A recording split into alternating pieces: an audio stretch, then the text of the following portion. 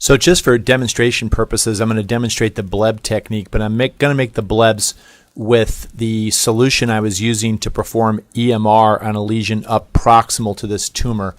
At this point in this video, we're looking at a tumor. We can tell this is cancer because it's got this very ratty appearance. Then if you look at the surface of it, you can see that the vascular pattern is disrupted. That's the nice type 3 pattern. It tells us there's deep submucosal invasion. So we're going to mark, and the location we'll mark is distal to the tumor, and we are going to use the Bleb technique. And I'm making the Blebs here with the same submucosal injection fluid I had been using for EMR on a lesion that was up proximal to this in the colon. We've already been to the cecum, removed that lesion by EMR. We've got some extra fluid left over, and it's got indigo carmine in it. Now, indigo carmine is not an effective tattoo, but it allows you to see the Bleb technique really clearly. We're rotating the scope, using rotation and right-left turning on the scope to get ourselves in this best position where we're sort of tangential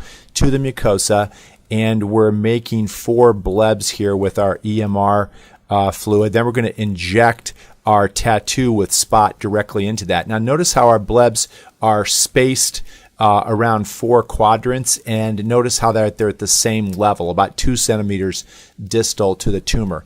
Now we've got the needle in the first Bleb, and we're injecting a cc of tattoo. And we're just going to repeat this process, go around and inject each one of these with a cc of Spot.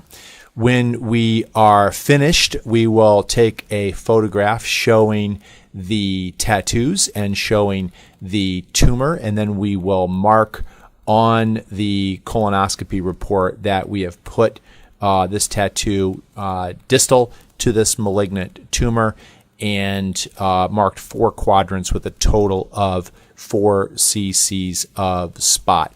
So this is the Bleb technique. And again, we are calling this the Bleb technique. The Blebs are usually made with saline, which is clear. It doesn't have this colored appearance. But if you have some fluid left over from an EMR, you certainly can use that to create your Blebs. And I think it gives a nice demonstration here of being able to see the Blebs very easily. And you can see how we're continuing to move around 4 quadrants, and the advantage of this for surgery is that we know that one of these is going to be visible on the anti-mesenteric side of the colon for the surgeon to easily see the location.